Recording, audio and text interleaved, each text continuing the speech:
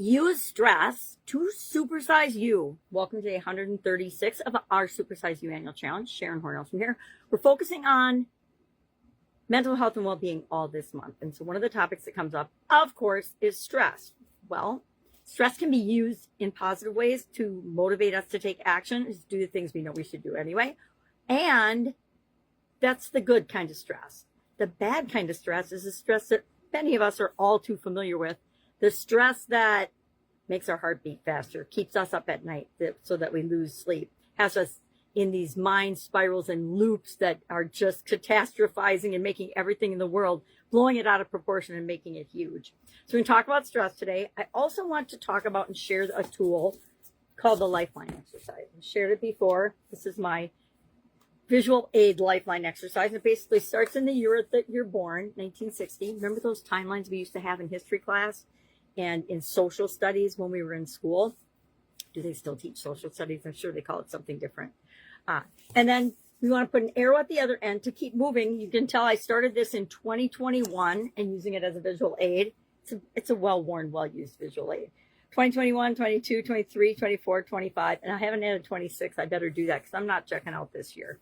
So all you do is you graph big events in your life. And big events are usually things that are tied to significant emotional things or thought processes, etc. And I think I shared how I believe now that I actually created my sudden cardiac arrest as a way to get out of a situations actually at the time that I felt way too overwhelmed in. And I kept telling myself I didn't know how to deal with it. I didn't know what to do. And the truth was I did know what to do. And I figured out a solution.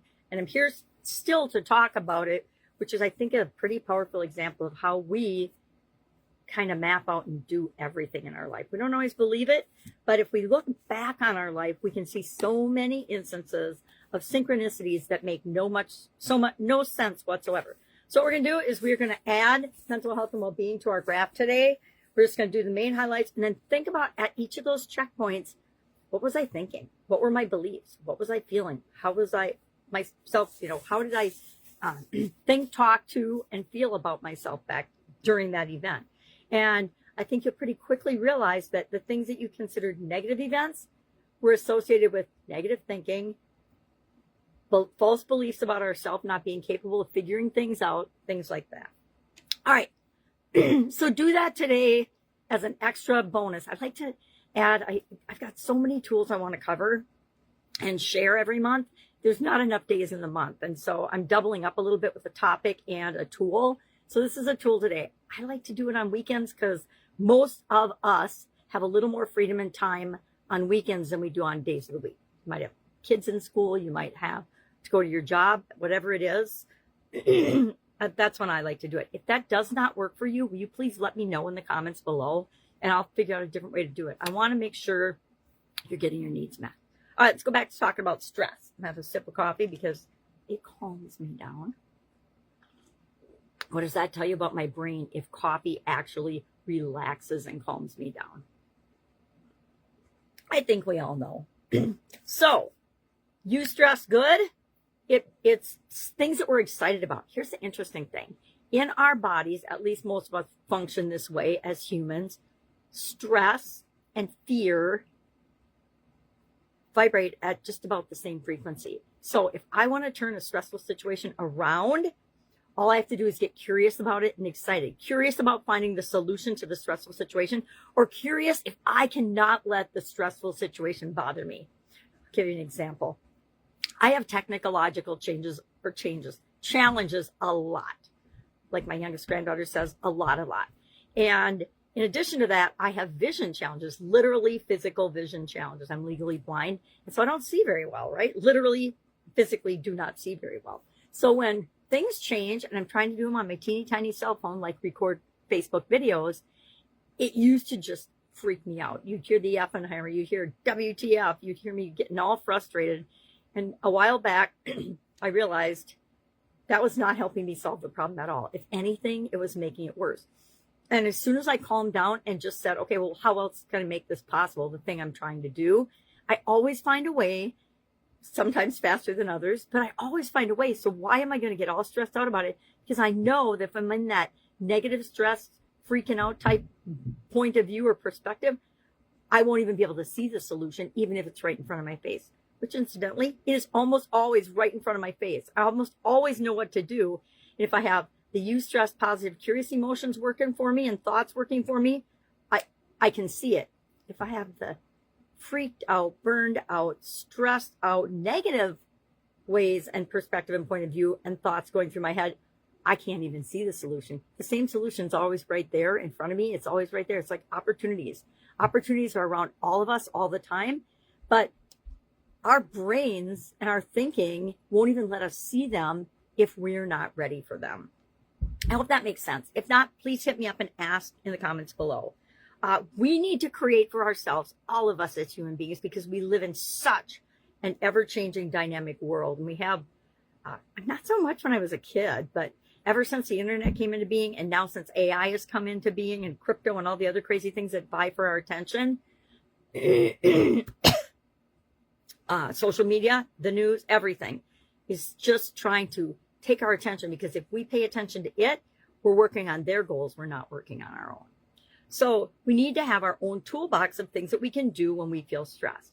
Working with my middle granddaughter and youngest granddaughter too, they tend to have tantrums. I think they get a little too much positive attention sometimes. And so working with them to come up with their own toolkit of coping mechanisms for when they are frustrated or overwhelmed or stressed out. Because it's hard being a kid these days. I think it's way harder to be a child growing up right now than it was when I was a kid. We used to get to go outside and play. We'd just tell our mom, hey, we're going to go outside and play. And we would go outside and play unattended by an adult for literally the whole day sometimes. We'd usually show up back at home for lunchtime because we'd get hungry, or a snack or a drink or something. But the truth is, we used to run around the whole neighborhood when we lived in the city. And out in the country, I used to just take off and go for walks in the woods for hours at a time. And guess what?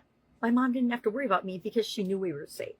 Not that way today for kids. And I am the worst worrier about my granddaughters of anyone, which I know doesn't do anything but contribute to that negative stress and worry in situations.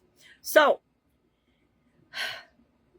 we all need a toolbox of things to handle. Some of the things I do: go for a walk in nature, breathe, just get sunshine on my face, change my body, my physiology, something, listen to music, listen to a podcast, listen to or watch a video, an inspiring video or a motivational video, anything to get me out of the negative thought funk, I call it. So I like to ask myself, here's one for you. What is your current relationship to stress? On a daily basis, do you manage it or does it manage you? I will say, if you asked me in 2010, stress definitely managed me. And probably any time before 2010, stress managed me. Now, I manage stress more often than stress manages me. Am I perfect? Will I ever be? Probably not, because I have a very high energy, interesting personality that actually thrives on a little bit of chaos and a little bit of stress and things, because I like to fix things. I'm a fixer, right? I've been a coaching consultant for decades, and so that makes me a bossy fixer sometimes. Guess what? I was always bossy. I think I was born bossy, according to my family. They used to call me the organizer. All right. So what's your current relationship with stress? You could share that in the comments below. What chronic stressors could you eliminate from your life that really aren't serving you, but you can see the patterns of them coming up? I love looking for patterns in my current behavior. And then I like to find out, okay, where did that come from? And is it true for me still today? If not, I blow it up and I replace it with a more empowering thought or belief. I encourage you to do that as well. It's how we get rid of a lot of the stress, because guess what? Most of fear, doubt, worry, and stress is just junk we make up in our mind and with our thought patterns. It's not even real, right?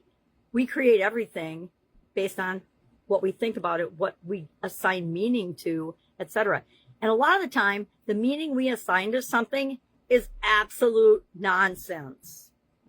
How would your mental health and well-being change if you use stress to help you create the things that you want in your life, and you just minimize de-stress and stressors that are unnecessary, right? They just get in our way and block us from creating the life that we want, the relationships we want, everything that we want. All right, what are we going to share today? We are going to share our favorite stress management technique. If you don't have any, put none, and we're going to find you one today. But otherwise, share your favorite one. My favorite one is probably just putting my face in the sun and taking a few slow, deep breaths, because that works immediately. It does so many things. It hits my physiology. It hits my peace of mind. It does so many things for me. And when we focus on our breathing, we're not focusing on the thing that's stressing us out. When whatever we choose to focus on, we get more of. So if I focus on that I'm freaking out over a situation and stressed out, guess what? It's going to get worse and worse and worse until what? Until I change my thinking and I change my response, my perspective, and my mind. It's really, we reclaim that personal power. It's super exciting. I challenge you to try it today. All right. Any questions? Hit me up and ask. Otherwise, have an awesome day. And I will, of course, be with you tomorrow.